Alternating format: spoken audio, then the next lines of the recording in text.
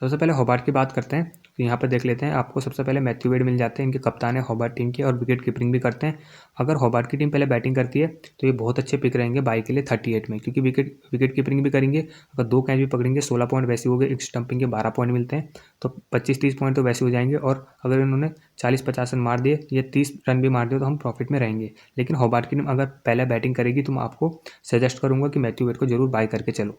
ठीक है, अगर मैथ्यू वेड मतलब अगर 6 मैच खेलता है ना पहले बैटिंग करते हुए, तो 6 में से 5 मैच में वो पक्का चल जाता है। तो आपने इसको बाई करना है। अगर होबार्ट की टीम पहले बैटिंग करती है तो आपने ऑफर सेक्शन का वेट करना है। अगर 35 से 38 के बीच में इनका प्राइस बना रहता है तो आपने इनको बाई करना है होबार्ट की टीम से बैटिंग अगर पहले करेगी तो।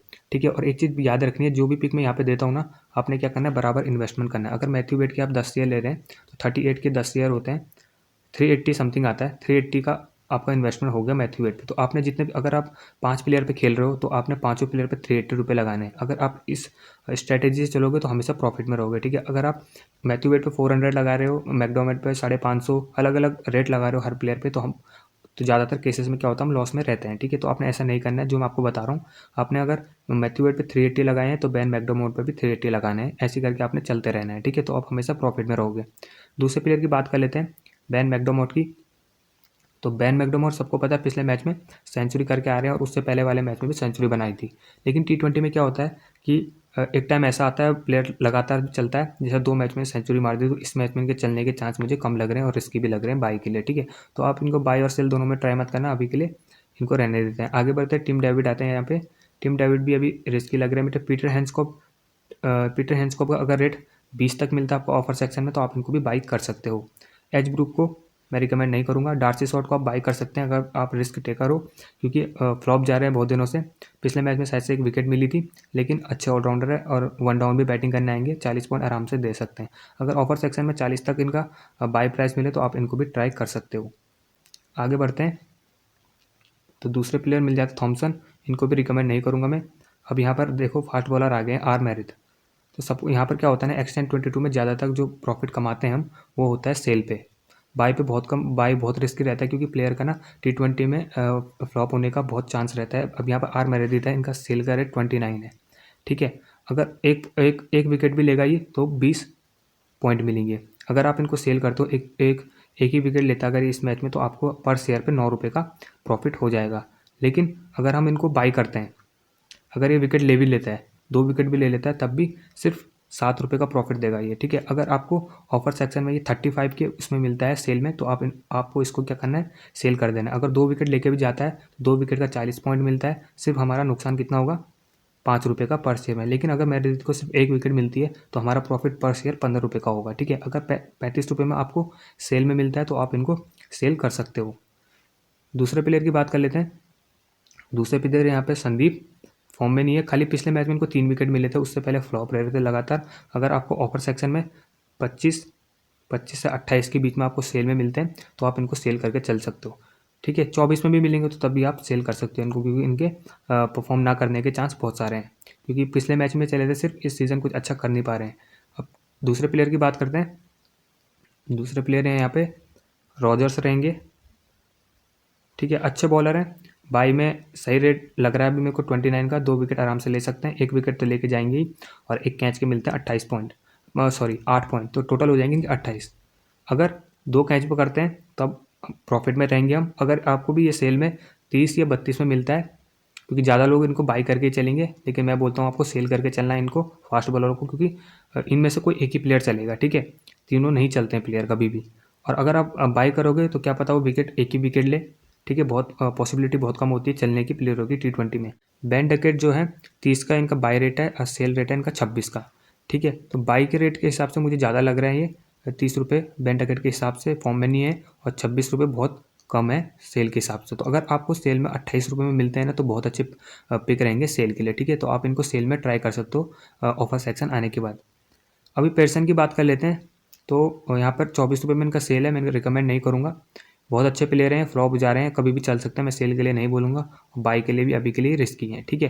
क्रिस लिन की बात कर लें तो जितने भी miss and hit type player हैं, मैं हमेशा उनको सेल ही करता हूँ, और क्रिस लिन भी मिस एंड हिट टाइप वाले प्लेयर ही हैं, ठीक है। 5 मैच में से मुश्किल से 2 मैच में चलते हैं ये, उसमें बड़ी पारी खेलते हैं। अभी क्या होगा अगर आप इनको सेल करते हैं, ठीक है, अगर ऑफर सेक्शन में आपको 30 में दिखते तो आप इनको सेल कर देना, क्या पता कल के मैच में ये चल भी जाएँ, आपको लॉस भी हो जाता है। लेकिन अगले वाले मैच में जब क्रिस लिन का मैच होगा तो उस मैच में भी आप देख लेना ये पक्का फ्लॉप जाएगा। बहुत कम चांस होता है कि Chris Lynn back to back 2 matches या 3 मैच में बैक टू बैक चल जाए, ठीक है। तो मैं ज़्यादातर क्या करता हूँ, मिस एंड हिट वालों को सेल कर देता हूँ और 90 टाइम प्रॉफिट में रहता हूँ, ठीक है। तो आपने अगर ऑफर सेक्शन में 30 रुपये में मिलेगा तो क्रिस लिन बहुत अच्छी पिक है सेल के लिए।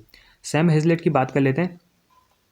तो सैम हेजलेट फिलहाल ठीक ठाक फॉर्म में है, पर मैं रिकमेंड नहीं करूंगा बाई या सेल के लिए। मैक्स ब्रांड की बात करें तो अच्छी फॉर्म में नहीं है, 20 में इनका बाई है, ये हर मैच में 2-3 चौके मारता है और आउट हो जाता है, ठीक है। तो मुझे रिस्की लग रहा है अब बाई के लिए, और सेल के लिए भी मुझे अभी के लिए रिस्की लग रहा है। अगर ये 10 रन में मार देता है, 2 कैच पकड़ लिए तो हमारा सीधा लॉस हो जाएगा, ठीक है। तो आप इनको अभी के लिए रहने देते हैं। अगले प्लेयर की बात कर लेते हैं ब्रिस्बेन हिट की तरफ से। तो यहाँ पर मिल जाते हैं आपको जेम्स बाजले। जेम्स बाजले भी कभी कभी चल रहे हैं और कभी कभी नहीं चल रहे हैं, ठीक है। अगर ऑफर सेक्शन में आपको 35 में मिलता है ना सेल में, तो आप इनको सेल कर लेना, ठीक है। क्योंकि बॉलिंग भी करा रहे हैं, बैटिंग भी कर रहे हैं, बैटिंग से कुछ खास नहीं कर पा रहे हैं, लेकिन कभी कभी बॉलिंग में क्या कर रहे हैं, 2-3 विकेट लेके चले जा रहे हैं, और कभी कभी इनको एक भी विकेट नहीं मिल रही है, ठीक है। अगर 35 तक सेल में मिले तो आप इनको सेल कर लेना, ठीक है। जैक की बात करें तो अभी 2 ही मैच खिलाए इन्होंने अभी तक इनको, आखिरी मैच में चले थे ये ठीक ठाक। अभी के लिए मैं रिकमेंड नहीं करूँगा जैक को, अभी के लिए रहने देते हैं। अब करते हैं बात मार्क स्केटी की। ब्रिस्बेन हिट के बॉलर हैं, लेकिन ये बॉलर है ना मार्क स्केटी, बैटिंग के साथ भी परफॉर्म करते हैं, ठीक है। तो अगर आपको ये 30 में बाई में मिलता है तो आपने इसको बाई कर लेना है, ठीक है। ये बहुत अच्छे बॉलर हैं, और अगर बैटिंग आती है तो 15-20 रन आराम से बना लेते हैं हर मैच में, ठीक है। तो आप बाई में 30 में अच्छा रहेगा, लेकिन 33 में अभी रिस्की लग रहा है, ठीक है। कल तक अगर ऑफर में 30 में दिखे तो आप इसको बाई कर लेना है, ठीक है। उसके बाद मेरे रहेंगे जेवियर बार्लेट की बात कर लेते हैं। बहुत अच्छे प्लेयर है, इनका रेट अभी 32 पे है। विकेट तो लेंगे, मैं इनसे एक्सपेक्ट कर रहा हूँ कम से कम 1 विकेट, और अगर बैटिंग आई इनकी तो 20-30 रन आराम से मार सकते हैं, ठीक है। और 1 विकेट से ज़्यादा भी ले सकते हैं, 2 विकेट भी ले सकते हैं और 3 विकेट भी ले सकते हैं। तो आप बाई के लिए अच्छी पिक रहेंगे 30 में, ठीक है। अगर आपको अगर ये दोनों बॉलर, क्योंकि सब लोग मुझे पता है बाई करने वाले हैं जेवियर बार्लेट को और मार्क स्केटे को, ठीक है। तो आपने अगर इनका रेट बढ़ जाता है यहाँ से 38 तक भी चलता है दोनों का रेट, तो आप इनको सेल कर देना, ठीक है। क्योंकि सेल में ये उस टाइम फायदेमंद रहेंगे, क्योंकि अगर 2 विकेट लेके भी जाते हैं ये तो 40 ही पॉइंट होंगे, आपको सिर्फ लॉस 2 रुपये का होगा, लेकिन यहाँ पे बाई में आपको प्रॉफिट होगा, ठीक है। अभी के लिए अभी रहमान की बात कर लेते हैं, लास्ट प्लेयर रहमान ही है इसकी लिस्ट में। रहमान को देख लेते तो 22 में इनका बाई है, 19 में सेल है। अगर सेल में आपको 22 में दिखे तो आप इनको सेल कर लेना। फॉर्म में नहीं है प्लेयर, कभी कभी 1 विकेट मिल जाती है, 2 विकेट बड़ी मुश्किल से मिल रही है इनको। मल्टीबैगर की बात करते हैं तो यहाँ पे मैथ्यू वेड है, इनका एस्टिमेट रिटर्न देख सकते हो आप 8.96 है। इसका मतलब है कि अगर ये सबसे ज़्यादा पॉइंट देता है इस गेम में तो आपको 10 रुपये पे कम से कम 80 रुपये मिलेंगे। अगर होबार्ट की टीम पहले बैटिंग करती है तो इनकी कुछ शेयर ले लेना। बेन मैकडोमोट की बात करते हैं तो पिछले मैच में सेंचुरी मारी थी इन्होंने, तो इसके भी कुछ शेयर ले सकते हो। अब मैं आपको बताता हूँ, एक चीज़ T20 में ना कुछ भी हो सकता है, कभी भी कोई भी प्लेयर स्कोर कर सकता है, कोई भी प्लेयर विकेट ले सकता है। यहाँ पे टीम डेविड का देखिए 44 टाइम रिटर्न है, ठीक है। कोई इनके वो नहीं ले रहा है, शेयर नहीं ले रहा होगा, लेकिन आप कुछ शेयर इनके भी ले लेना। ऐसे प्लेयरों के जिनके भी एस्टिमेट रिटर्न ज़्यादा होते हैं उनके कुछ शेयर ले लिया करो, क्योंकि कभी भी ये प्लेयर चल सकते हैं। यहाँ पे और कोई बाकी मुझे दिख नहीं रहा है कोई। डार्सी शॉट की ले सकते हो आप कुछ शेयर।